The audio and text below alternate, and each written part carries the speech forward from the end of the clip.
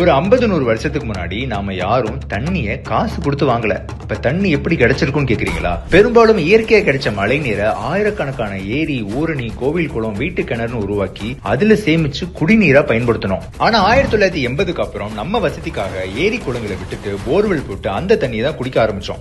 எல்லாருமே போர் போட்டா என்னங்க ஆகும்? நிலத்தடி நீர் கீழே போக போக தண்ணியில உப்புத்தன்மைன்னு சொல்லப்படுற டிடிஎஸ் அதிகமாச்சு.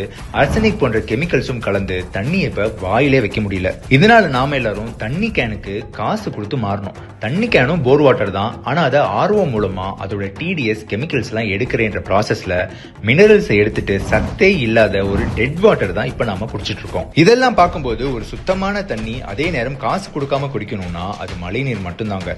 அதுக்கு நீங்க இப்ப ஏரி குளமோ கிணறு வெட்டவோ தேவையில்லைங்க. உங்க வீட்டு மாடியில ஒரு நாள் பெய்யுற மழை நீரை நீங்க சேமிச்சாலே ஒரு வருடம் முழுக்க நம்மளோட குடும்பத்தோட தேவைக்கு பயன்படுத்த முடியும். இதை நான் சொல்லலைங்க, விஞ்ஞானிகளும் பொதுமக்களும் விவசாயிகளும் சொல்றாங்க. இந்த மழைநீர் சேகரிப்பு தொழில்நுட்பத்தை உங்களுக்கு சொல்லதான் நம்ம ஈஷா காவேரி கூக்குரல் இயக்கம் வர மார்ச் 22ஆம் தேதி SRM மெடிக்கல் காலேஜில் மழைநீரே அமிர்தம் என்ற மாபெரும் கருத்தரங்கம் நடத்துறாங்க. இதுல பல வீடுகள்ல மழைநீரை குடிநீரா பயன்படுத்துற தொழில்நுட்பத்தை வழிகாட்டுன ஐயா இயற்கை சிவா, விஞ்ஞானி திரு சிவகுமார், வறண்ட நிலத்துல கூட நிலத்தடி நீரை அதிகப்படுத்தி சாதிச்சு காட்டின வாட்டர் லிட்டரஷிப் பவுண்டேஷன் இயக்குனர் திருமதி சுஜாதா ஐயப்பா மசாக்கி, இன்னும் பல ஆர்வலர்களும் விஞ்ஞானிகளும் விவசாயிகளும் இந்த கருத்தரங்களை மழைநீர் சேகரிப்பு தொழில்நுட்பத்தை உங்க கண்ணு முன்னாடி டெமோ காட்ட போறாங்க. இந்த மாபெரும் கருத்தரங்களை முன்பதிவு செஞ்சு கலந்துக்க இந்த நம்பருக்கு கால் பண்ணுங்க.